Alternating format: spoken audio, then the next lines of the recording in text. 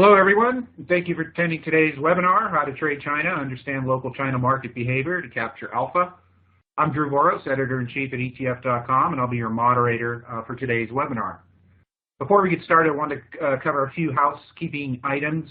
At the bottom of your audience console are multiple application widgets you can use. If you have any questions during the webcast, you can click on the Q&A widget at the bottom and submit your question.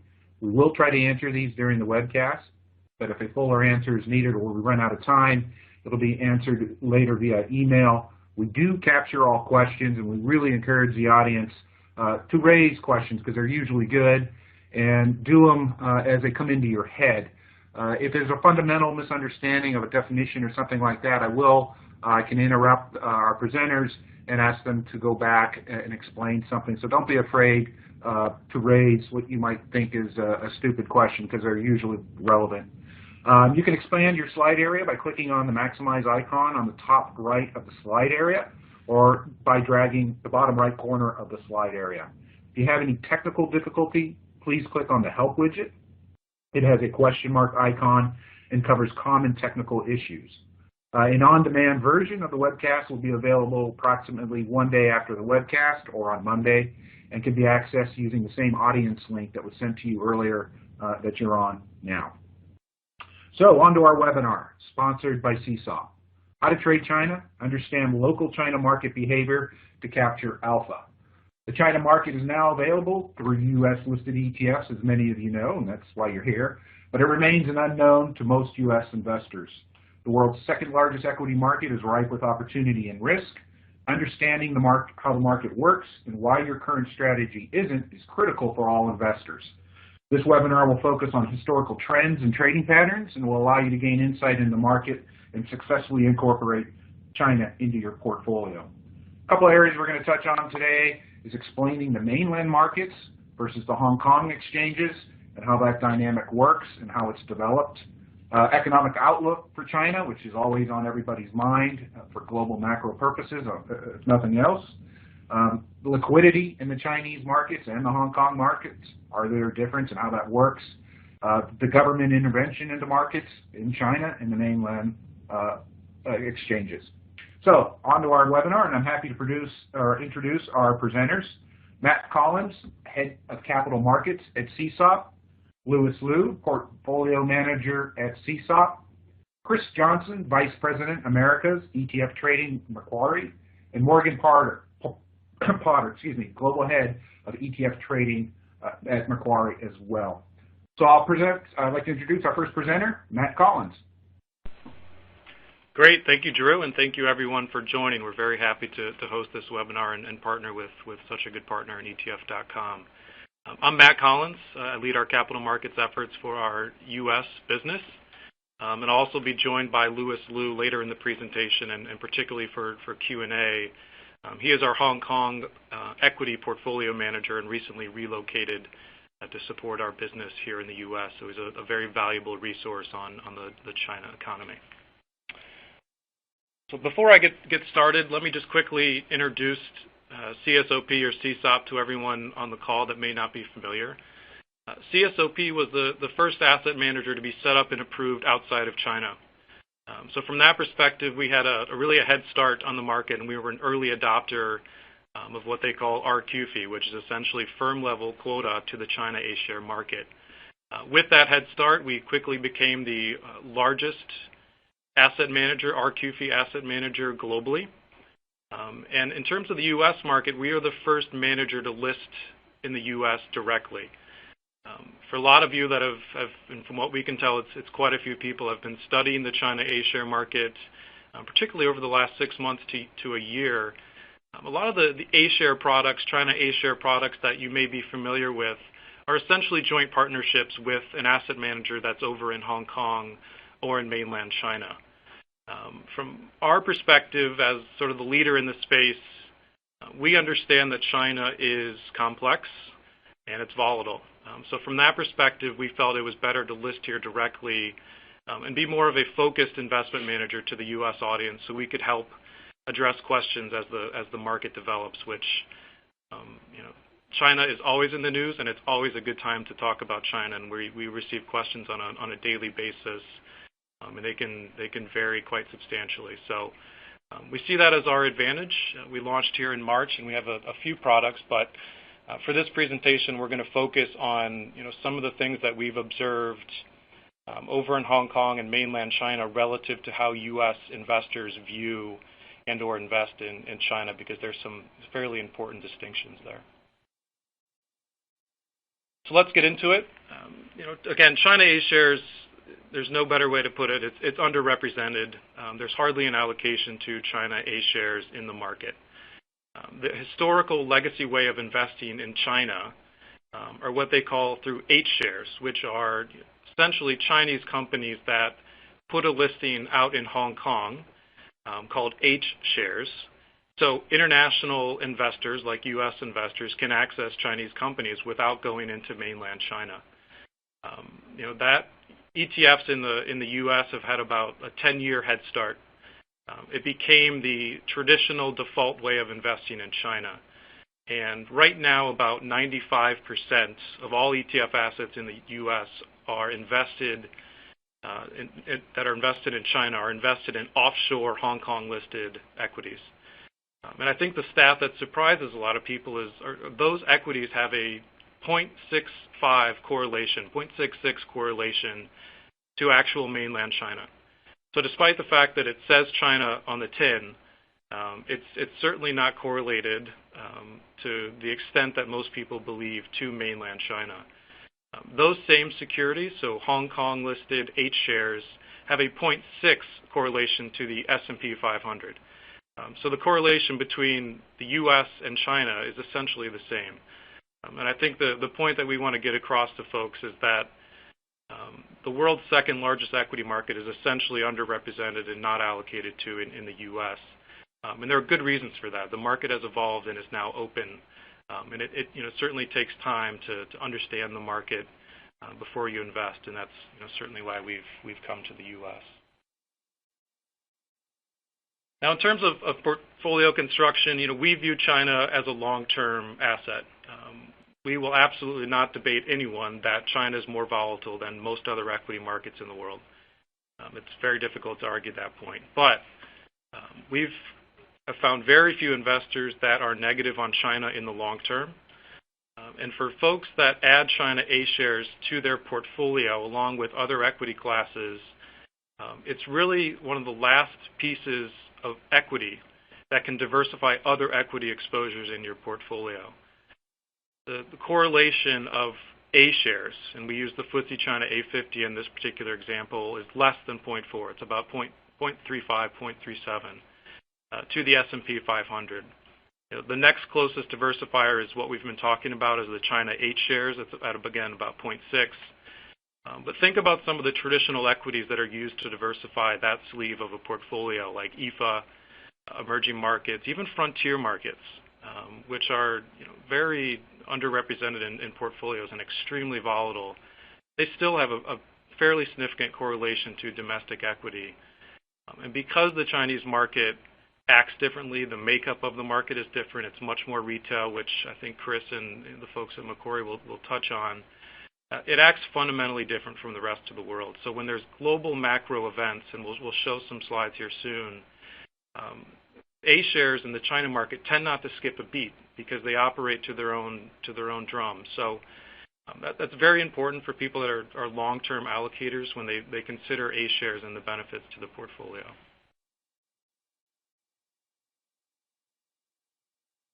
Now, this is a chart that we've come to love to illustrate the point between China A shares and China H shares.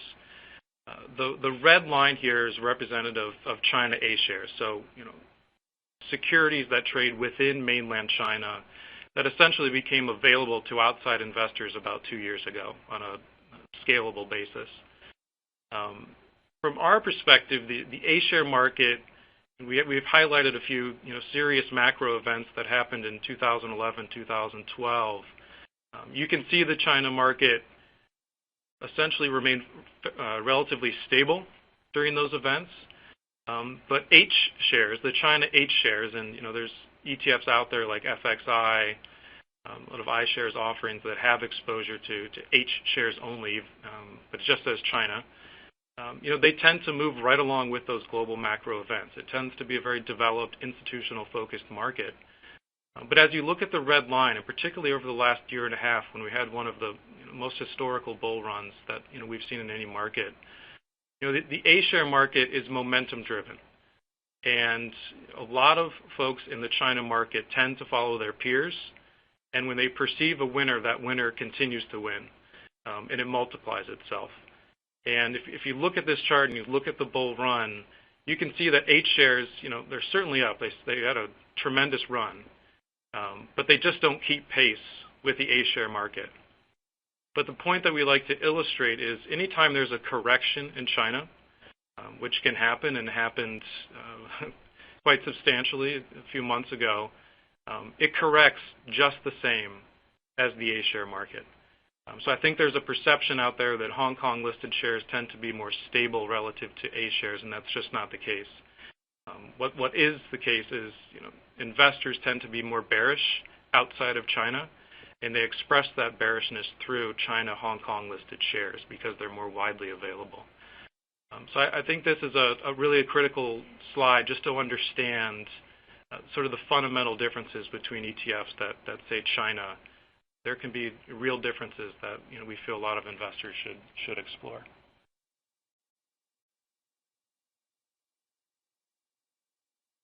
Now, more to the point, and this is something we've observed since we've come to the U.S. There's sort of a gradual scale of pessimism towards China, and it starts in the U.S., sort of moves its way to Europe. But relative to Asia investors or Asian investors, Hong Kong, Taiwan, Japan, those investors tend to be significantly more optimistic about China. And if you compare that to mainland investors, so people living in China, which make up the absolute majority of that market, they are significantly more optimistic about their own market. And from our perspective, it's very important to sort of tune out the noise that you hear in media in the U.S. I can't think of a single day that you open up a headline and don't see something negative about China. It's slowing. The government's intervening too much. Why are they buying into their equity market? It's very important to know that the equity market in China doesn't move to that drum. It doesn't listen to global macro views. It has its own life that takes particular research to sort of understand. But we've put this chart on this page to illustrate the point. What we've done is we've mapped U.S. China A-share ETFs, and we've taken the last closing price of these U.S. ETFs relative to the previous night's close. And that, let's just say that there's a 1% difference. That would mean that U.S. investors think that the China market will open the next day, overnight for us, down 1%. The red line on here indicates how far off that prediction is over the course of November. First, I would just notice the scale. We're, on average, we're about 2%, 4%, up to 6%. This is how far under U.S. ETFs are predicting where the China market will open the next day. There's been countless times where we've seen ETFs, futures contracts, trade drastically lower during U.S. hours because a lot of people are expressing bearish sentiment towards China. China market opens up when we're all sleeping, it keeps on ticking, and it ends up closing up drastically, maybe 4% for a day. So I think the point here, and this ties to why we think there's such a business opportunity for CSOP here in the U.S., is you have to understand how the locals understand and move their market. Something as simple as just reading the news is difficult for U.S. investors because it's not in their language. It's also tends to be a momentum-driven market. So if news comes out, it moves and it moves quick. So I think the point is to sort of do your own research on the market and talk to the experts that exist on China. And that's why we've partnered with Macquarie to really get an understanding of what's actually going on in the market and not let sort of bold headlines get in the way of investing. So the next point, I think this was, before the market correction, there's a tremendous amount of news that China is overbought. How on earth could that rally sustain itself? It certainly corrected about 30 to 35% after that run-up, but it still remains up relative to pre-run-up levels. But when you hear those headlines, it's fairly important to separate out segments of the market. The popular sort of PE ratio, and that is quoted in the news, is they'll say there's PE ratios in the technology sector or in China that are 80, 90, 100, 120 above earnings. It's important to note that there's two to three different worlds in China. When you look at mega caps, which tend to be the top 50 names, top 20 names, if you really concentrate on liquidity, they tend to be as undervalued as any segment in the equity market globally. But if you compare that to the broad market, it's, I would say, in a reasonable 18, 19 PE ratio range, which is on par with the S&P 500 right now. This is as of this week. But Chinex, which is essentially the NASDAQ of China, that's where you see PE ratios that are eye-popping. If those PE ratios popped up in the U.S., you couldn't hit the sell button quick enough.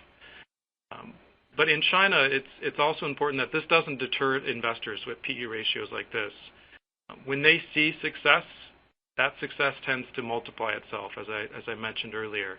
When they see a PE ratio of 70, they assume that there's some strong fundamentals underlying the earnings ratio that will keep that stock going, and they tend to pile into it. So again, it's important to sort of understand how the locals react to certain things, because it's very different than traditional frameworks used here in the U.S.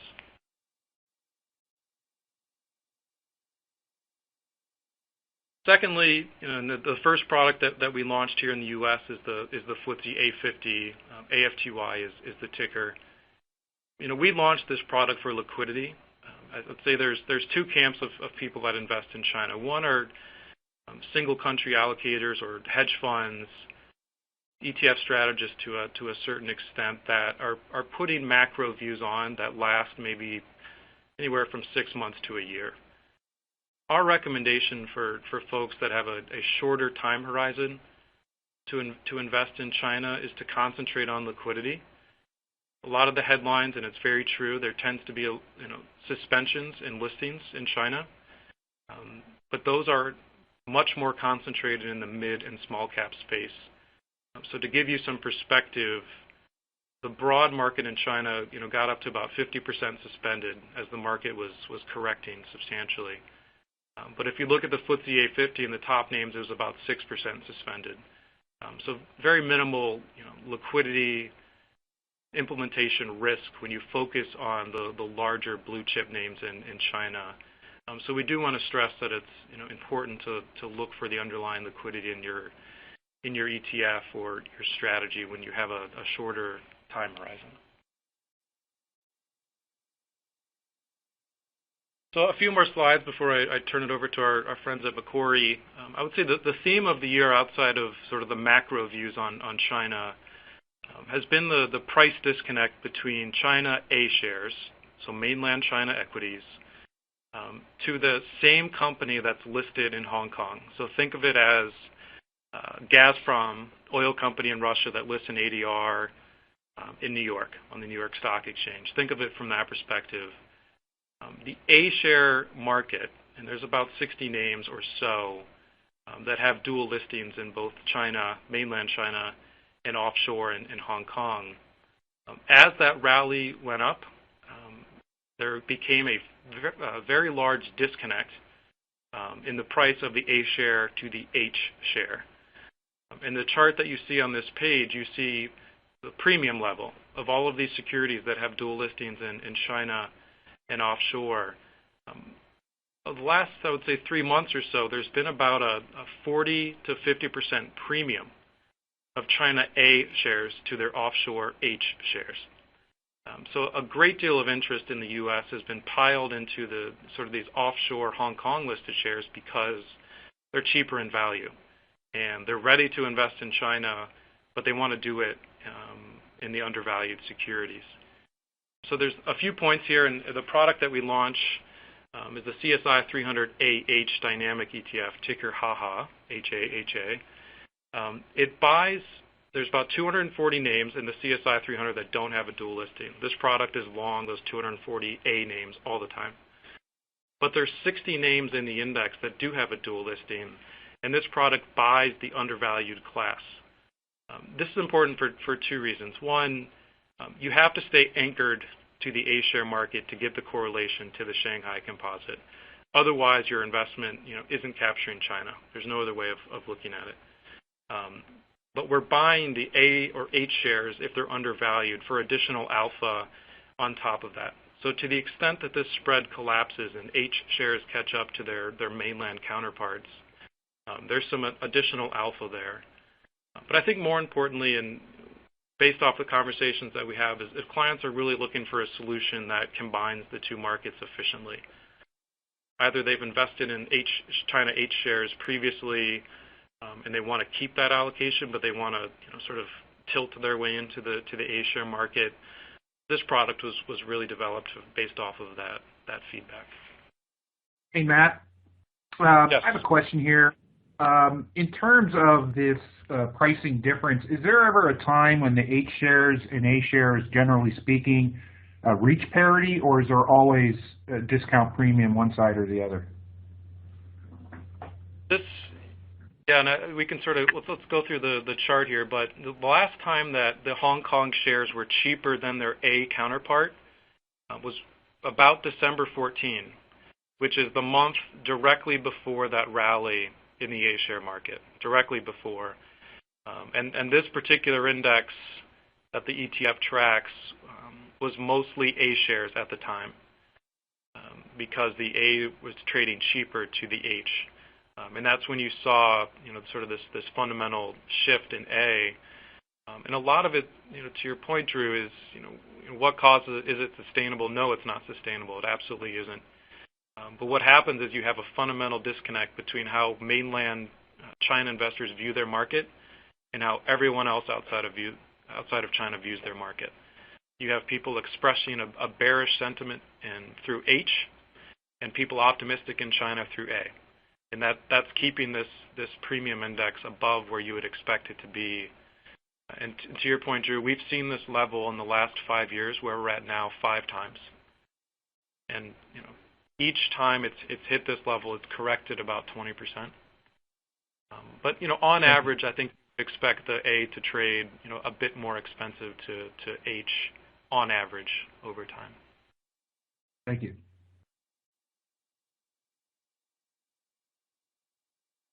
And then the last point here, and I just want to illustrate it, it's bringing over the last graph to this graph. In the blue, you have the AH premium index. So as that index goes up, that means that A is trading more expensive to H. And you can see the lines behind this, it indicates the number of H shares being brought into the index. So you can see as A becomes more expensive, more Hong Kong listed shares are brought in to the index to really capture the sort of the inevitable collapse of that spread. The question is, how long does it take? It could very easily take a week, but from our estimate, it's something that lasts in a 3 to 6 month range. So this isn't really a tactical vehicle. It's more for people that want to move into the A market, but make sure they're still getting exposure to the Hong Kong shares as well with additional alpha. I'm running a bit over. Go ahead. I'm sorry. You mentioned it's not a technical tool. Is it a long and hold security for some investors? Yeah, we feel it's really a long-term vehicle for portfolio allocators to combine both markets.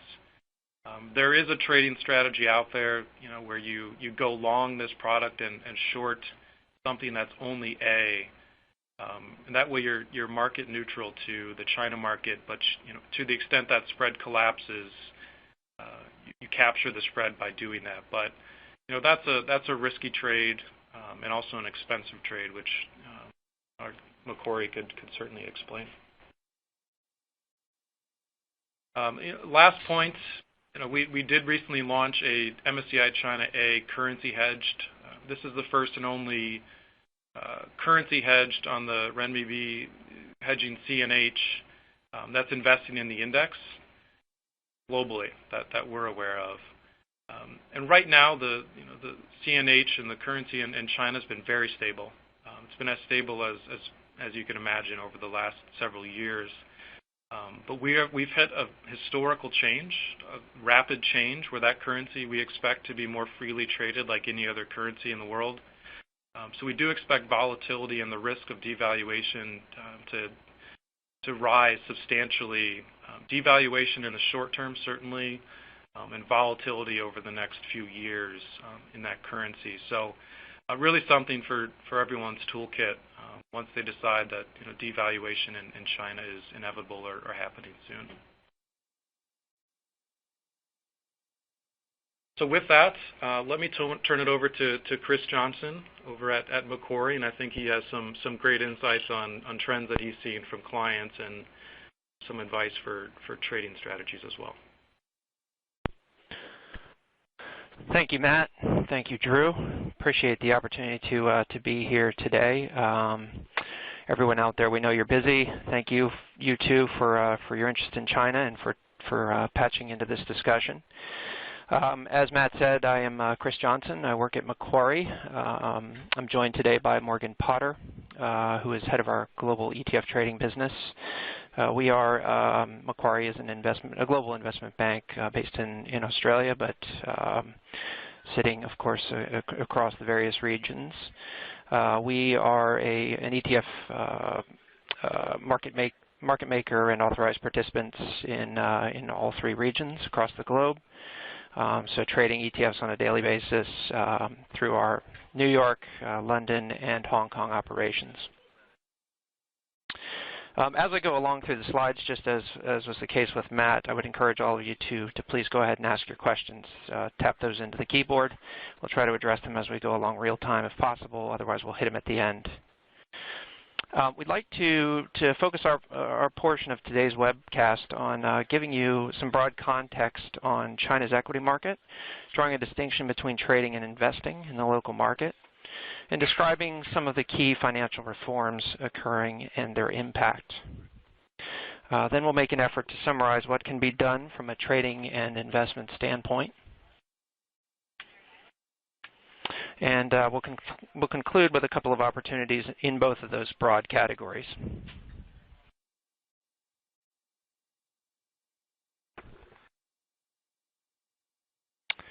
So context, I think, is important for any investment decision. And when you consider investment into an unfamiliar overseas market, some of that critical context is really about having a sense of local investor behavior and how this, alongside other factors like the regulatory environment, can influence short and longer-term trends.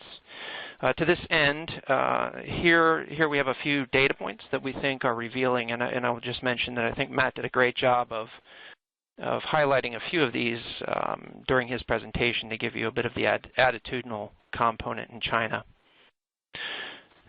There are roughly 200 million retail investors in China who generate approximately 85% of turnover in the onshore stock market. There are more than 30 million new stock accounts that were opened during the first 5 months of 2015. That is just a huge number. The asset flows often follow intraday performance within the funds. So imagine an environment where in the morning, investors kind of close up for lunch, take a look at the flows, take a look at what happened during the day and which manager is performing well, sell the underperformers, and jump into what's hot. Small caps in the Chinese local market account for nearly 80% of daily market turnover, and that is just a massive number. Foreign ownership, again, as Matt alluded to earlier, is a very, very small component of the overall Chinese market today in the A-shares at roughly 2%.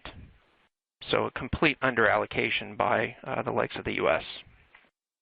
In summary, the market is heavily dominated by domestic retail investors who, knowingly or not, have a propensity to take on tremendous amounts of risk in their portfolios. So why invest in China? Well, I think, again, as Matt said, there's diversification. The A shares are still running very low correlations to the global markets. There's plenty of longer-term upside from the credit easing that's going on in the local market. And the A shares, they simply offer, a larger universe with much deeper and unique sector exposure. But the base case for investing is long-term, and it's predicated on continued market reform and a broad country-level growth story. Short-term opportunities do exist, but they really are trading focused, and what I mean by that is that they're generally intraday from a time horizon perspective, and they're often the domain of fast money, and they are fraught with considerable risk. So this isn't to say that they're not worthwhile pursuing, but certainly from an investment standpoint, they're probably not the best to pursue.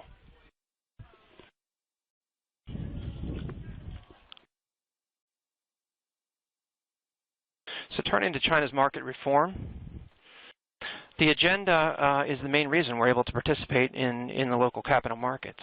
Implementation of the reform agenda has been accelerating in recent years, and we expect it to continue in earnest as the country seeks to shift the economy from a manufacturing-led environment to consumption-driven. While the path to market liberalization has led to new opportunities, it's also caused a lot of confusion, and it's definitely experienced some setbacks along the way. So looking at the most significant reforms for market participants, we've highlighted 6 primary buckets here on the slide. The first is what Matt alluded to earlier. It's the QFII, QDI, and RQFII quota system, which is essentially a set of licenses and quotas developed at the manager level to encourage initially foreign direct investment into the local China market, and then foster offshore investment by local investors in a controlled fashion. The second bucket, which is called the mutual market access, or we refer to it as Stock Connect, was another or a further step to liberalize the capital inflows and outflows, but again in a controlled fashion. Third, we have the announcement in July of the mutual recognition of funds. So this is within the mutual fund environment, and we'll get into some detail here in a second on that. Fourth is what I would kind of term broadly global relevance. These are things like the major index providers finally recognizing China and starting to include local shares into their indexes, and then the IMF's decision around the currency, or the RMB, and its inclusion into the reserve currency basket. Late this fall, we had the interest rate liberalization, sort of the final step in that regard, back in October. And then the future reforms, which is really kind of a laundry list of the rest of what has to be done to get the market to an open environment.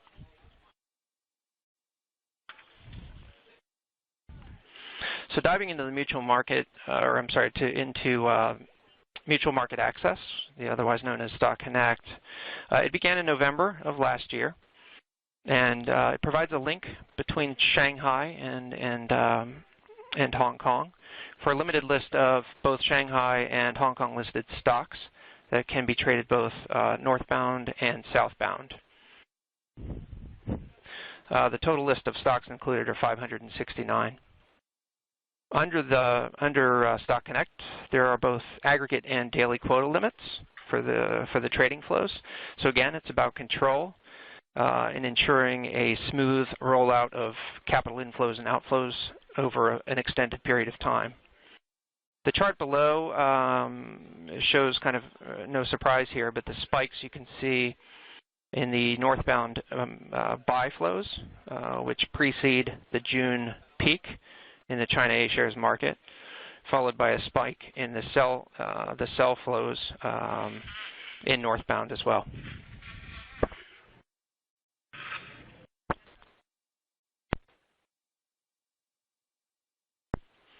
So mutual recognition of funds. What this will allow is essentially a subset of funds, kind of like Stock Connect, but a subset of mutual funds in both Hong Kong and the PRC to be bought and sold by investors on a cross-border basis. It's another reciprocal arrangement. So think Stock Connect, but for the mutual funds environment. While this was announced back in July, we're still awaiting the final list of funds, which I think should be pushed out by year end. Now, what we still don't know, though, is whether or not ETFs will be included, and if so, how that rollout will occur, and what can and cannot be done from a secondary market perspective.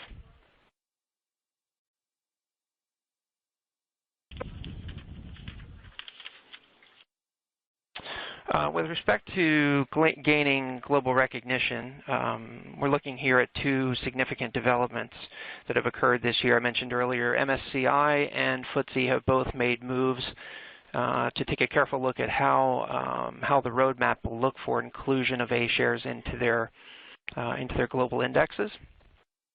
As I think we all know, in beginning of December, MSCI included the N shares, which are the U.S. listings of companies like Alibaba, into their MSCI China index, and the next step would certainly be to start to include China local A shares into the same set of indexes over time. At the very bottom of the page, you can see the progression that is expected over time in MSCI.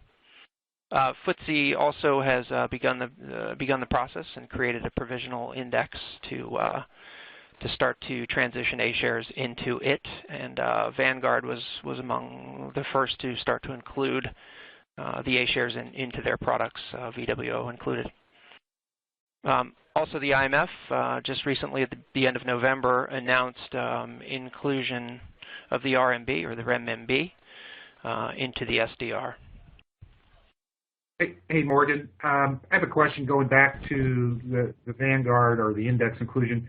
How important is it, or what is the consequence when all the major index providers start including the China A shares? Seemingly demand would increase, therefore the prices would increase. Is that too simple of a correlation to think about? It would seem like there'd be a flood of new capital when that happens. No, I think that's precisely the idea and the argument for part of the long-term case for investing in China. Is that the expectation that all of the big passive vehicles will have no choice but to include A shares, and obviously that will put upward pressure on prices in A shares, and therefore continued growth.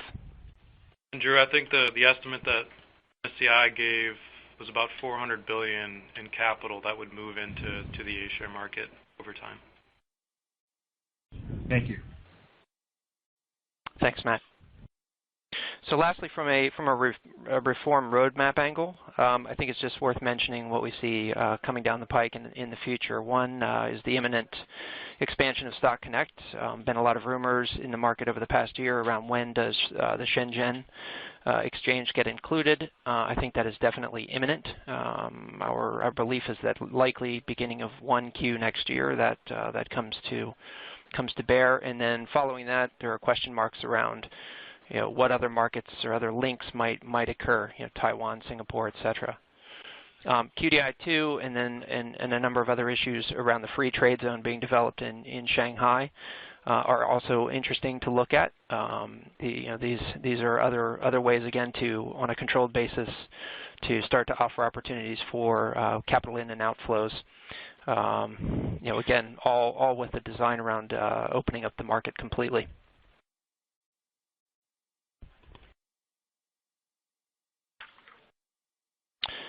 So here, I think we would be irresponsible to mention only the positives from a reform perspective. So what we've done here is chart out really end of 2014 to current day. You can see there that's the CSI 300 index is the blue line there. Leading into this, November of last year, we had Stock Connect come online. Great development. But alongside that, we had massive growth in leveraged financing within brokerages domestically within China, which led to growth of margin finance from around $140 billion in December up to around almost 360 billion at the peak. Naturally, this had massive effect. Matt mentioned it. Big momentum behind the A-shares market during that period. Retail investors were allowed to open multiple trading accounts. A lot of different things, confluence of things, caused us to peak. And then on the back side of that, once the market went the other direction, you had a raft of regulatory interventions in the market to attempt to stem the flow. IPOs were suspended. We had a crackdown on short sellers. We have some of the CEOs of some of the fund houses disappearing for a little while. All sorts of things. So, some negatives there for sure that definitely created some challenges locally, but also for traders and ETFs, for ETF issuers from a pricing perspective. But all of that, I think, deserves perspective. I would look at this as speed bumps along the way to a much smoother ride in the future and necessary growing pains.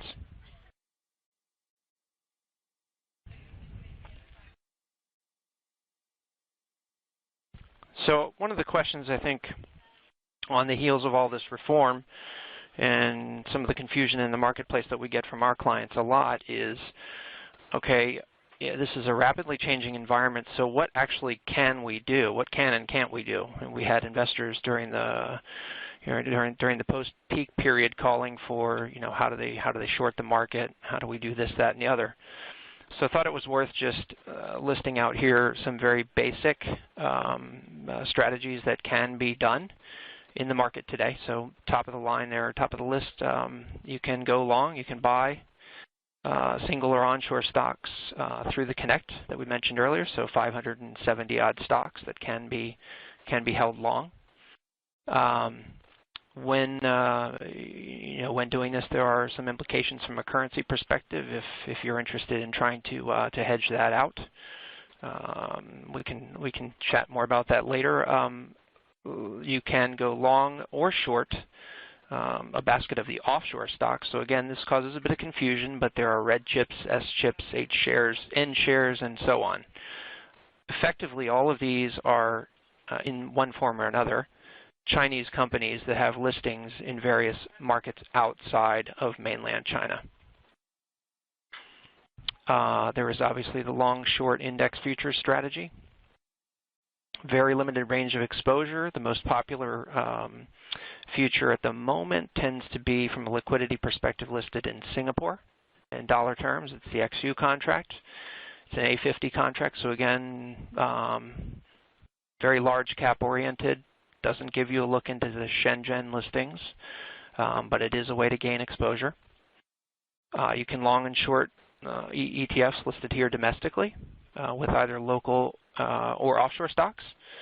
So Matt's products would absolutely give you a window into the A-shares market, and then there are a slew of others that can give you different variations on offshore listed Chinese firms.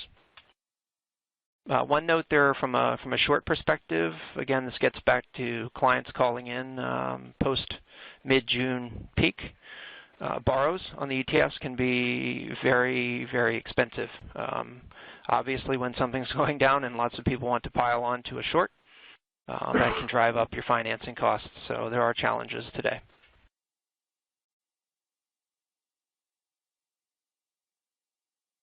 Finally, just want to highlight, again, from a perspective, from an investment perspective or from our perspective, that the long-term case for China, investing in China, is clearly there.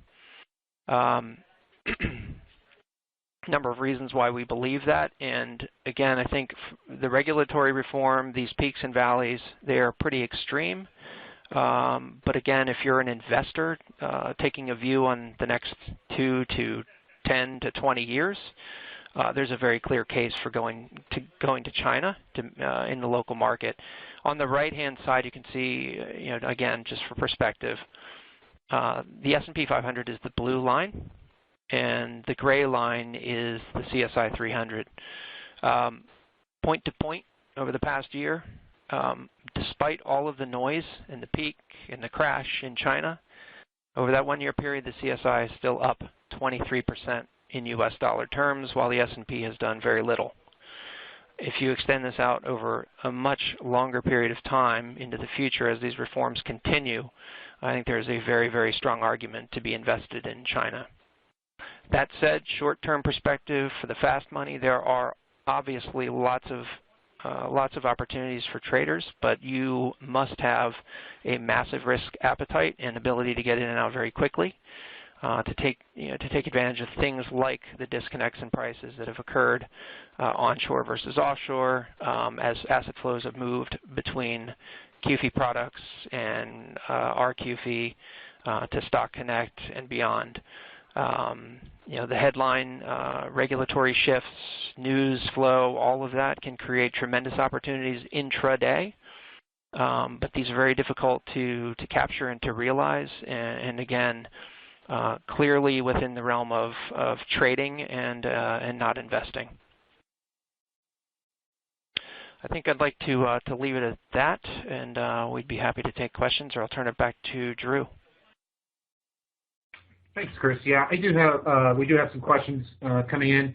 In terms of liquidity, and maybe this is a two-pronged question for both of you, both on the big picture for Chris, and then maybe more specific with HAHA with Matt. But in terms of liquidity between Hong Kong and mainland exchanges, is there a difference in liquidity?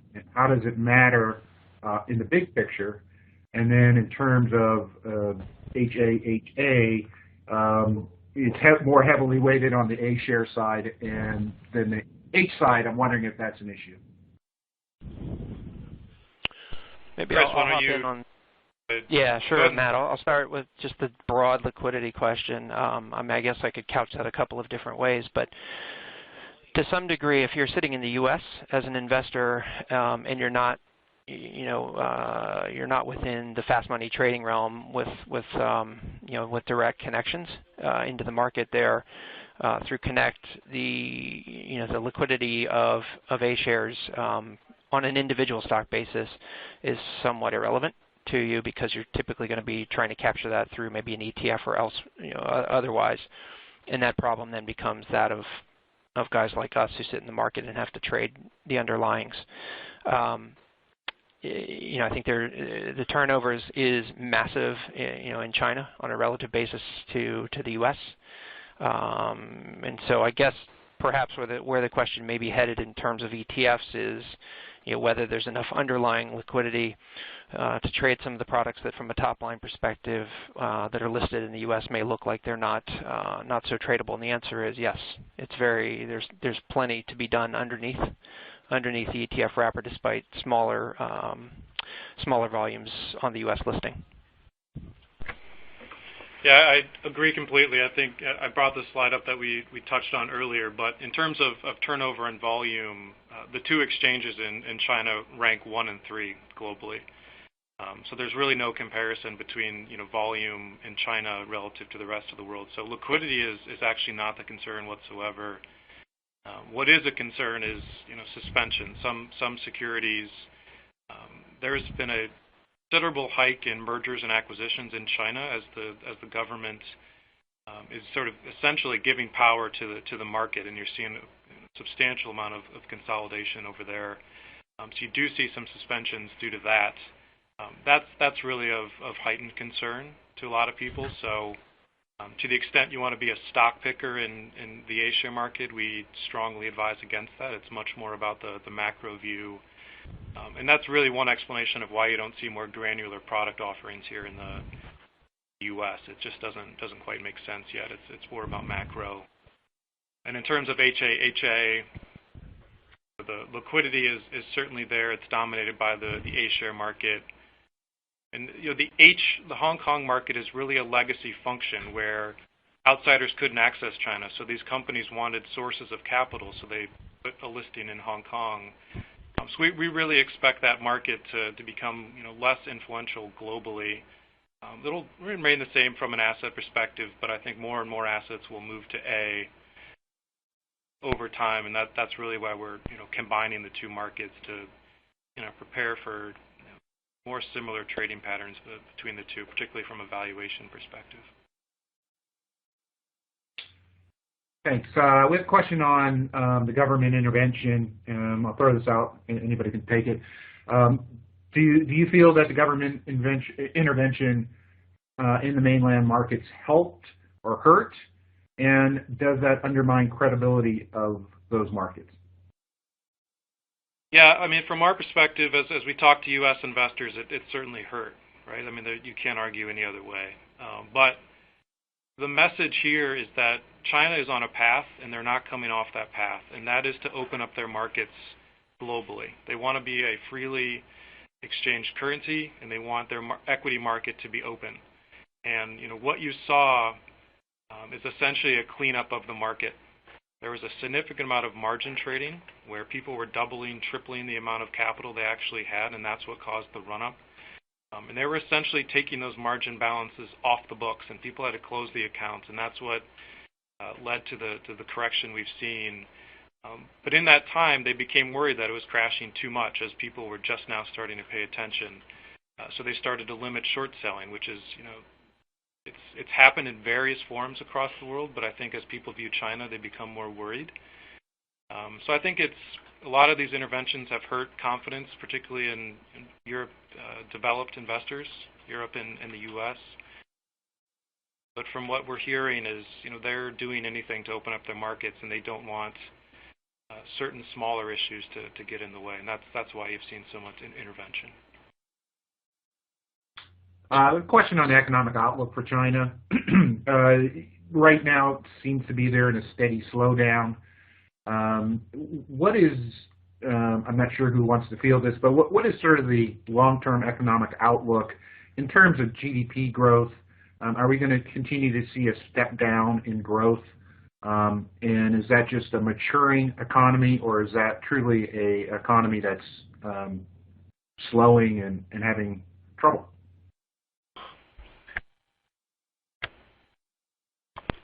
Actually, that's a tough one.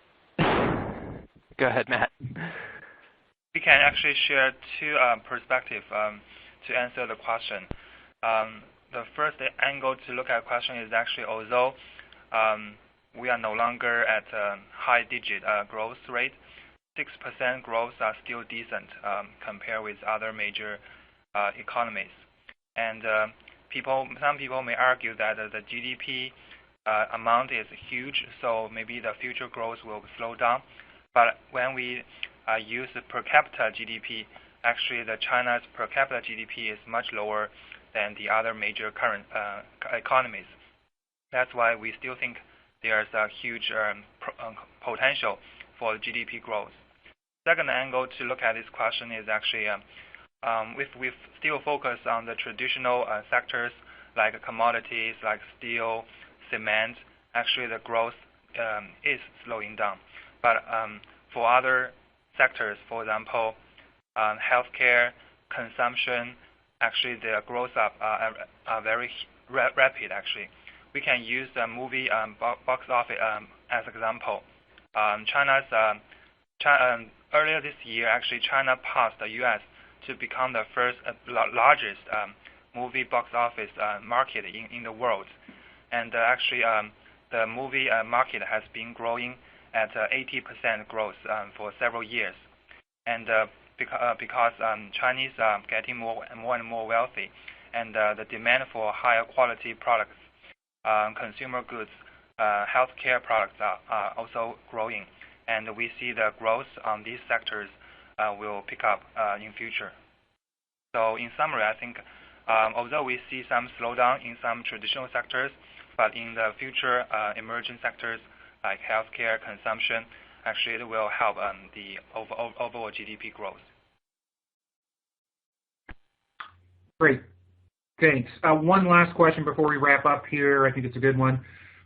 In terms of the Hong Kong exchange market and the mainland market, do they have any unique risks? Is there a risk that's associated with Hong Kong but may not the mainland, and vice versa?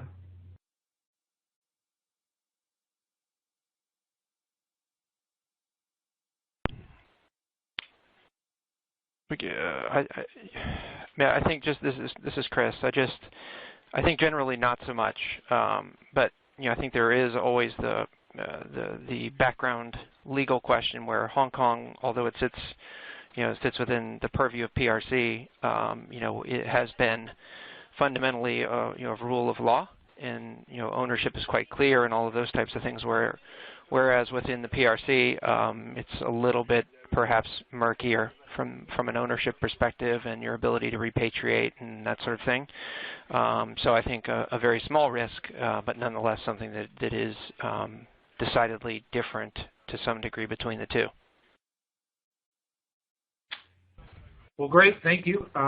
Excellent information here for our audience. I thought you guys laid this out very simply and very accessibly. And I'd like to thank Matt, Lewis, Chris, and Morgan for presenting today, and we'd like to also thank CSOP for sponsoring this webinar. And a reminder, there will be a playback on our site through the link you received by Monday. And if you have any questions that filter in later, feel free to send them to us. You can send them to me, D. Voros, V as in Victor, O-R-O-S, at ETF.com. Even if it's a couple days or weeks down the road, I'd be happy to forward it on to our presenters today. So thank you, and enjoy your weekend.